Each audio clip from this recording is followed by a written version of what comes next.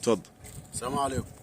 احنا دلوقتي سواقين مصريين كنا طالعين من مصر رايحين على السودان، وحصل المشاكل والحرب اللي في السودان وكله عالم به وكله عارف به.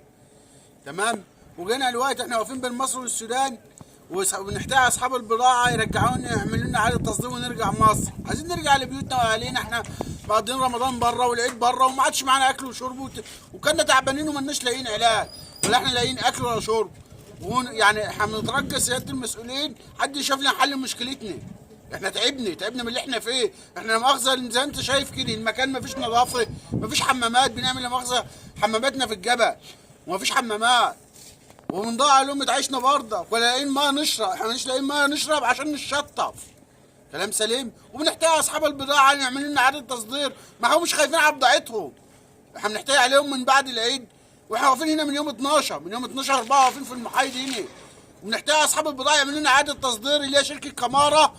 ودي شوكولاتات هتستحمل الحر، وكل مره الحراره بتعلى. النهارده الحراره 42، وبنحتاج على الناس يعني تاخد حاجتي واحنا علينا اقساط وعلينا التزامات وعندنا عيال وعايزين نصرف.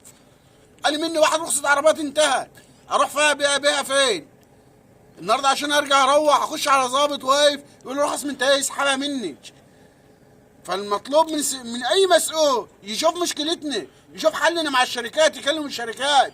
الوقت احنا رحنا من دور الجمرك قال لك لازم الشركه اللي انت حمل تبعها ترجع تعمل لك اعاده تصدير، والناس دي ما سائله فين؟ واحنا ما عادش، احنا بنموت.